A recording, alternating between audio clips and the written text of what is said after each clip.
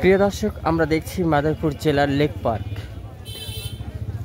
পুরান জেলখানা বা পুরান যে কোর্ট, এই কোর্টের পাশেই এই সুন্দর লেক পার্কে অবস্থান নিয়েছি।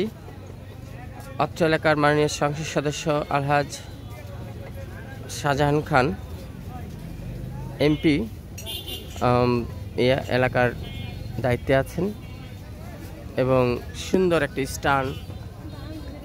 এখানে আমরা কিছুটা সময়ের জন্য অবস্থান নিয়েছি বিশেষ ব্লগে। দেখেন, লেক পার্কে বিকেল হলেই মানুষ জড়ো হয়ে যায়। খুব সুন্দর একটি অবস্থান তৈরি করে দিয়েছেন মাননীয় এমপি শাহজাহান খান সাহেব এবং বর্তমান তার ছেলে জেলা এই সদর উপজেলার চেয়ারম্যান উপজেলা পরিষদের আসিফুর রহমান খান। প্রিয় দর্শক, আমরা আপনাদেরকে আরও বিস্তারিত দেখাচ্ছি।